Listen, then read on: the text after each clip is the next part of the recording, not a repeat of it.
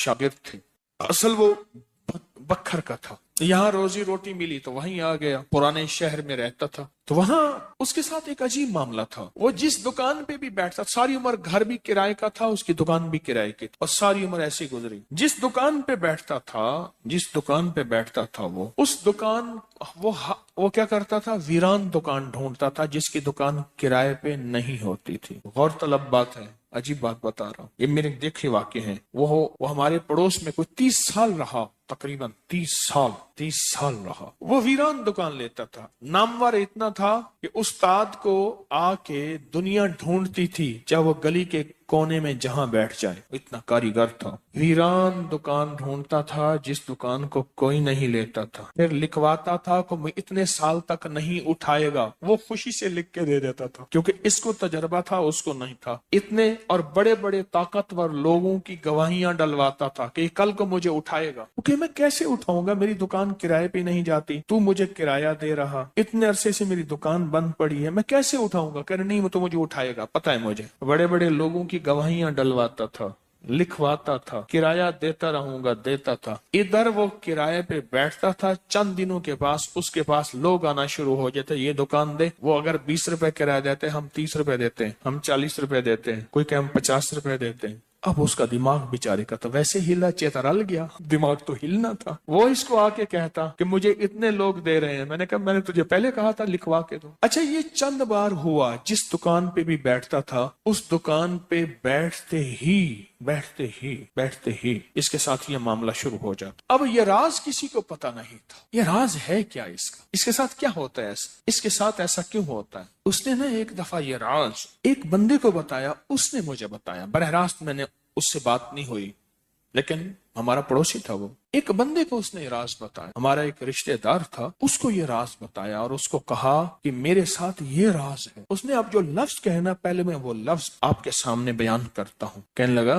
बख्त मेरे ऊपर पागल है, और मुझे अखे बख्त मेरे ऊपर पागल है। मैं नहीं चाहता, वाल में को आते विल्लड़ में दे, विल्लड़ चिपक जाता है, चिपट जाता है, लिपट जाता है। मैं नहीं चाहता, आके फिर मुझे लिपट जाता है बख्त। अच्छा, जिसकी दुकान आने की होती है 100 आने की हो जाती है। अच्छा, इधर मैं दुकान छोड़ के जाता हूँ किसी और जगह पे, वो दुकान फिर आने की हो जाती है। फिर जहां मैं जाके बैठता हूँ, फिर वो 100 आने की हो जाती है। फिर वो पीछे वाले मुझे आके बुलाते हैं, आपकी मेहरबानी आ जाओ, इससे कम किराया देना। था कोई ऐसा, क्योंकि हाथ का कारीगर बहुत कम होता है जो सर फिरा ना हो। हाथ का कारीगर वो हाथ का जिस शोबे का हो, था को सर फिरा, कह रहा मैं नहीं जाता तो दुकान पे, तुमने मुझे निकाला था। सारी जिंदगी उसने ऐसे गुजारी। अब ये बख्त कहां से मिला, अब बख्त को सुन। कहा मेरा बाप मजदूर था, मजदूरी करता था। बड़ा हुआ तो उसने मुझे दर्जियों के काम पे डाल दिया कि बेटा चलो छांव का काम है तो करता रहेगा। मैं तो धूप सर्दी गर्मी मजदूरियां करता रहा, दर्जियों का काम छांव का काम है तो करता रहेगा। और मेरे वालिद कहता था तुझे कोई ऐसा रईस मिल जाए जो अपनी देवड़ी में जो जगह दे।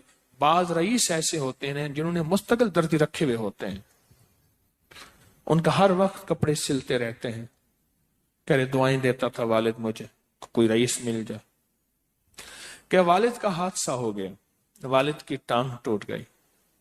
वालिद की बूढ़ी वालदा थी, मैं हम वालिद की खिदमत करते थे। वालिद दुआएं देता था, अनपढ़ था। किसी ने वालिद को अल्लाहुम्मा सल्ली अला मोहम्मद बता दिया, बस यही पढ़ता था, और टूटी फूटी कुल हुवल्लाह पढ़ता था, बाकी कोई अब्बा को पता नहीं था। कहा मैं दर्जियों से पैसे थोड़े से लाता था, घर में फाके आना शुरू हो गए। थोड़े से पैसे मैं लाता था, अभी काम सीखा नहीं था, उस्ताद कभी कभार दे देता था, और वालिद रोज लाता था। घर में सख्ती और तंगी आना शुरू हो गई, बहुत ज्यादा गुर्बत, तंगदस्ती। कल हमारी एक फूफी थी, कहीं दूर रहती थी, बहुत बूढ़ी थी, वालिद से भी बड़ी थी। वो आके हमारे घर उसने कयाम कर लिया कि तुम्हारे वालिद की खिदमत करूंगी। उसके बेटे उसे ठोकरें मारते थे और उसकी इज्जत नहीं करते थे। वो फिर घर आ गई। अब मेरी माँ मुझे देखे, मैं अपने देखूं। माँ ने कहा बेटा आ गई है, इसकी भी खिदमत साथ करनी है। अब फूफी ने, एक फूफी बूढ़ी अब्बे से बड़ी, ایک والد معذور، بوڑھی والدہ اور بہت سارے بہن بھائی. کہا کہ کئی راتیں ایسی گزرتی تھی میں اور میری ماں نہیں کھاتے تھے، فاقوں میں سوتے تھے، پھپھی کو کھلاتے تھے. کہا پھپھی کھاتی بہت تھی، کھاتی بہت تھی. آپ بچوں کا سب کچھ کھا جاتی تھی، سارا اپنا بھی کھا جاتی تھی، کھاتی بہت تھی پھپھی. کہا اس سے چھینتے تھے تو پھپھی لڑنے پہ آ جاتی تھی. ایک گھر میں عجیب کشمکش تھی. کہا ان سختیوں تلخیوں میں ان کی خدمت کرتا رہا، باپ کی ماں کی خدمت کرتا رہا، حتیٰ کہ والد پتہ نہیں کتنے سال کہے مجھے بھول گئے، فوت ہو گئے. اور پھپھی نے کے دل میں یہ بات آئی کہ ہم نے والد کو زہر دیا. اس نے سارے جہان کو کہنا شروع کیا کہ انہوں نے والد کو زہر دے دیا، میرے بھائی کو مار دیا. گھر میں روٹی بھی کھاتی تھی، بچوں سے چھین کے بھی کھاتی تھی، چوری چھپے بھی کھاتی تھی، دن رات بھی کھاتی تھی، ہمیں برا بھلا بھی کہتی تھی، لوگوں کے ہاں شکوے بھی کرتی تھی. پھوپھی نے جینا حرام کر دیا. کہا میری ماں کہتی تھی بیٹا کوئی بات نہیں، برداشت کرو. برداشت کرتے کرتے پھوپھی بھی چلی گئی اور اس کو اللہ کی امانت کو اللہ کے سپرد کیا. اور پھر اب ماں رہ گئی. اب میں نے اپنی ساری توجہ ماں پہ ڈال دی. کہا اماں کیا کرتی؟ خالی چھابی نہیں ہوتی ہے، چھابی روٹی تو تھوڑی سی ہوتی تھی، کھا لیتے تھے، خالی چھابی ہاتھ میں ایسے لے کے نا کہتی اللہ اس کو اتنا بخت دے، اتنا بخت دے، اس کے ساتھ دھرتی لگے تو اس کو بخت دے، اس کے ساتھ سوئی لگے تو اس کو بخت دے، اس کے ساتھ دھاگا لگے تو اس کو بخت دے، اس کے کپڑے جو پہنے اس کو بخت دے، اس کو جو دیکھے اس کو بخت دے، اس کو جو اس کو دیکھے اس کو بخت. اماں چھابی لے کے مانگتی تھی، روتی تھی، اور بعض اوقات چھابی میں اماں کے بہت سارے آنسو ہوتے تھے. کہ بس یہ نظام چلتا رہا. اماں بھی گزر گئی. اب اس کے بعد پھر میں، میرے بچے، اب جو بخت کے دروازے کھلے، میں جس کو دیکھتا ہوں اس کو بخت، جو میرے کپڑے پہنتا ہے اس کو بخت، جس سے سوئی خریدتا ہوں اس کو بخت، جس سے دھاگا خریدتا ہوں اس کو بخت، جس کی جگہ پہ بیٹھتا ہوں اس کو بخت. بخت جب بیدار تھا بدبخت آنکھیں سو گئیں. خیال کرنا ابھی بخت بیدار ہے، کہیں بدبخت آنکھیں سو نہ جائے. وہ دعاؤں کا ذخیرہ اس درجی کے پاس تھا، وہ دعاؤں کا ذخیرہ، پھپھی کی ناگواریوں کا ذخیرہ، ابی کی صبر کا ذخیرہ، پھپھی کی ناگواریوں کا ذخیرہ، اماں کے صبر کا ذخیرہ وہ ساتھ تھا. بس سہتا رہا، چلتا رہا.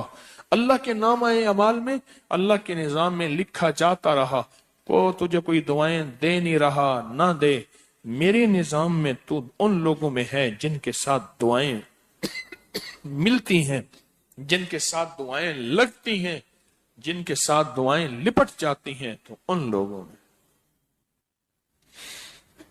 ہمیں دعاؤں کا ذخیرہ چاہیے. ہمیں دعائیں چاہیے کسی کی، ہم کسی کی دعاؤں میں آ جائیں.